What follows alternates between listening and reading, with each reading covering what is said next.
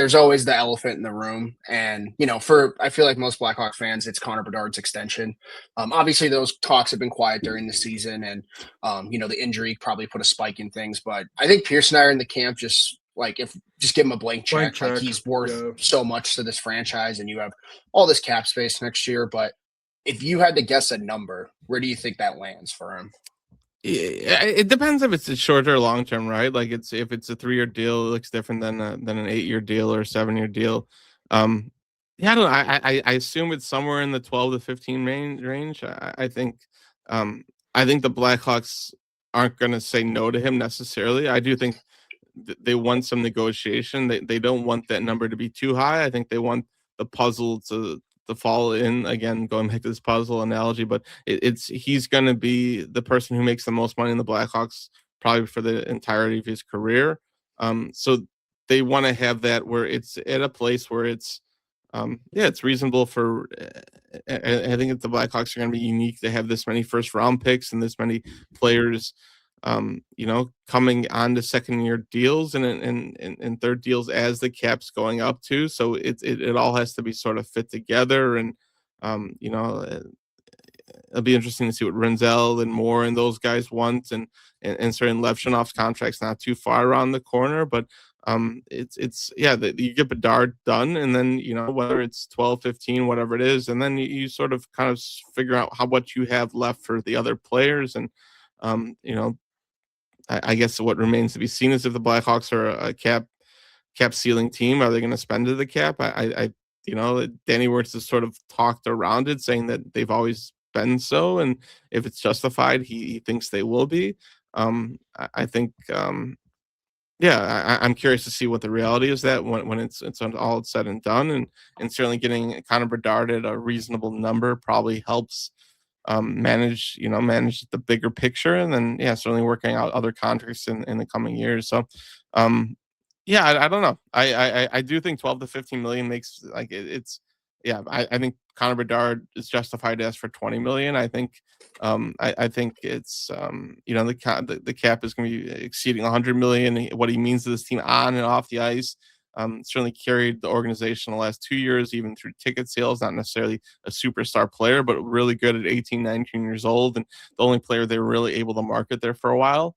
And now it's obviously he's taken it to another level, and they have more stars coming, which helps build the brand as a whole, and they can sell more jerseys of other players. But certainly Connor Bedard's still going to this is the reason that people are going to pay for the price and come into the door, and makes the Blackhawks a lot more relevant nationally and locally and all those things. So I think Connor Bedard's justified, and especially with this play, that he can ask for anything. But I think also Connor Bedard, it's he's going to get his during his time, whether through endorsements or over the long term of his career. He's going to get his money.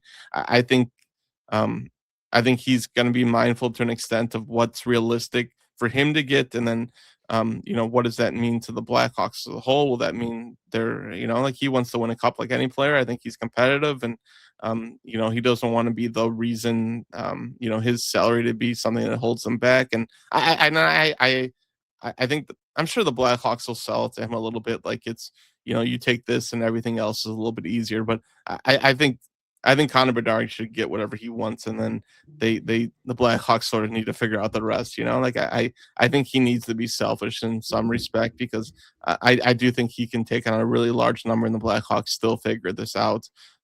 So I think his whatever makes him happy at the end of the day, like that's the number that it should be in. This is the number I'm comfortable with, and never him saying I'm being underpaid or I'm not being valued enough. So I think he should figure out what that number is for him, and then take it to the Blackhawks. Because I don't think they'll have I don't think they can argue it a whole lot. Like they don't want it coming out that they're negotiating too much with Bedard. I think they want to sell their story of Bedard makes everything else easier for the long term long term plan here. But it's I don't know, 12 to 15 seems fair, but again, it depends on if it's short term, long term.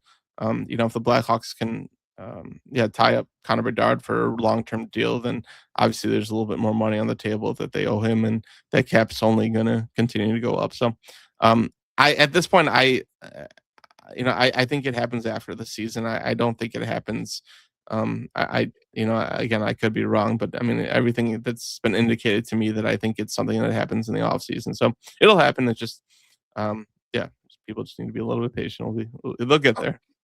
Definitely. I think it's just from my, or at least from my perspective personally, I'm of the belief that I think him and Celebrini, these are the two biggest upcoming contracts in the league. Obviously, McDavid's was till this point, but they're setting the pace for what a 21-year-old at a superstar pace is going to make. And, for the benefit of Celebrini and Bedard, they don't have, like, Matthews had a Marner that was getting paid at the same time. McDavid's had a Draisaitl get paid at the same time. McKinnon's had Makar and Rantanen. Yeah. There's no Robin yet to take up a bunch of cap space. So, like you said, like, that's why Pierce and I are in the camp of a blank check. And I feel like the Sharks should do the same with Celebrini. It's like there's not another player that's going to make over 10 mil on this team anytime soon, at least to our knowledge right now, as of January 11th or 12th. But and that should be a part of the negotiation. So I'm just curious how it goes because players like this, they should be making, I think, north of 15. Like especially if you're signing more than 4 or 5 years, that contract should be north of 15. So yeah, I think part of it, I think teams need to get comfortable with where the cap's at. Like, I think they still want to negotiate a lot where the cap was. I think I think there's some owners who are uneasy about where the cap's going. Like it's certainly one, they're business people and they like to make money. Two, it's having to sign larger checks. I think there's an adjustment period that's still happening in the league and trying. A lot of it's done usually by percentage. Like even when Sidney Crosby signed that, I know Sidney Crosby gets a lot of credit for 8.7 million. But the first time that he signed 8.7 million, I think it was 15% of the cap. It was a big percentage of the cap, yeah. And it came down percentage as when McDavid signed his. I know that. Yeah, so I like 15% of Bedard is it's over 15 million. Where are we at then? It'd be 15, a little bit, maybe 16 million 15 almost. And a half, maybe. Yeah. So it's not unheard of. So I guess I'd be surprised if it's at that. I think it falls a little bit under that, but he's completely justified if he wanted to. Like, there's plenty of examples of players on second deals getting that amount for the type of player that he's developing into. So, I'd be a little shocked if it ends up at 16 or 15-ish. But yeah, I think that's maybe. But again, if it's long term, then yeah, Blackhawks they should pay that in a second. So, it'll be interesting to see. If I'm Connor Bedard, I'm signing a 3-year deal and taking what I can get and coming all back in NHL 3 years. players. I think we were in the camp of he probably signs 4 or 5, just because you don't know where the cap is in 5 years, and if you sign your next contract at 25, you're gonna make so much money. For sure. Yeah. Man. Yeah, and then there's player. I mean, a guy like Frandell comes in and in 3 years he's gonna want his too. Like I think it's. I think at some point it's going to be challenging if the cap keeps on increasing, trying to make sure that everyone's sort of slotted in and everyone's comfortable where their numbers are, and that's a good problem to have. Certainly Kane and Taves were a rarity in that they were both willing to accept the same number and it never became an issue. But who's to say if Kanserov and Frandell and it certainly helps that Nazar took a little bit less than what he could potentially have made. And who knows? I mean, based on his season, like it's obviously the injury and his production probably isn't. Like we can probably argue whether he gets the same deal after this year or not. But at the time, it felt like a pretty safe bet for the Blackhawks, and Nazar obviously was taking some stability. But I think as the Blackhawks add more of these players and seeing how they produce, like how quickly do they want to get paid and where do they want to paid, and certainly Bedard will. I think you want to have Bedard high enough where he's definitively the top player, but I think the Blackhawks also don't want him too high where it becomes less manageable to put the whole pie together. So I think it's a really intriguing conversation, and I'm sure both sides internally right now are trying to figure out what's best, and certainly Bedard will get a say too. I'm sure his agents are like, yeah, just go for as much as you can. But take it to the moon. I think Bedard will. I think his desire to win, he'll probably be part of the puzzle too, as he decides on what he wants and whether it's short or long term. So definitely, it's a really fun conversation, and it'll be interesting to see how it plays out. I found it funny that you brought up Sidney Crosby 8.7 because I feel a lot of hockey players just like to put their jersey number in their contracts. And one thing I've always said, like before the season, the Blackhawks should offer Bedard 98 over 8, which is 12.25. But with the way he's playing this year, I think that's kind of out of the question now. But I think a comparison for me might be Jack Eichel. I think he's got 13.5 over 8. Like, I don't think he's going to go over the 15 mil. So I think of that number. But again, Jack Eichel's like his reasonable. contract was Yeah, signed over a different cap, like the percentage of his, I think, yeah, I mean, maybe the sweet spot's over 14 million. Like it's, yeah. I think Bedard should make more than Jack Eichel on his second deal. Not based on play necessarily, but based on where the cap is. Like the cap should determine some of this. Like the owners need to get comfortable allowing, just paying players more. It's always been based on percentage, and if your top player is worth 15% of what that is, then I think you need to.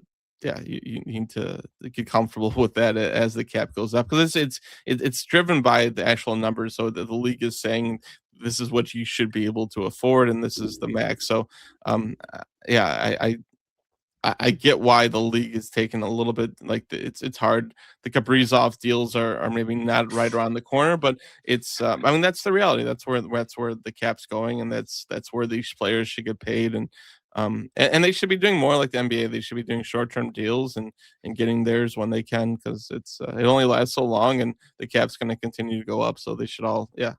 I guess I'm at the mentality that you got to get cheers a little bit too. So.